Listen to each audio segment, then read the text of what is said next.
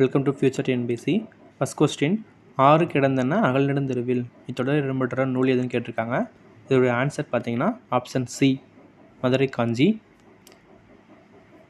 அடுத்த கொஸ்டின், சிங்கவல்லி என்று அழைக்கப்படுவது எது அப்படின்னு கேட்டிருக்காங்க. சிங்கவல்லி என்று அழைக்கப்படுவது தூதுவளை, ஆப்ஷன் ஏ. இது ரொம்ப ஒரு முக்கியமான கொஸ்டின் கூட. இது எக்ஸாமில் அது கண்டிப்பாக கேட்டிருக்காங்க. அடுத்த கொஸ்டின், இந்தியாவிலேயே முதல் முறையாக பொது நூலக சட்டம் 1948 இயற்றிய மாநிலம் எதுன்னு கேட்டிருக்காங்க. முதலாக பொது நூலக சட்டம் நம்ம தமிழ்நாட்டில் தான் இயற்றப்பட்டிருந்திருக்கு, ஆப்ஷன் ஏ.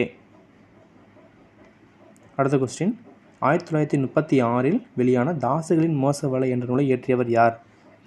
இந்த கொஸ்டின் ரொம்ப ஒரு முக்கியமான கொஸ்டின் கூட.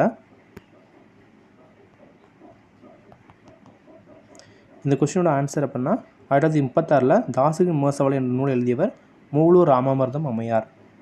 Okay friends.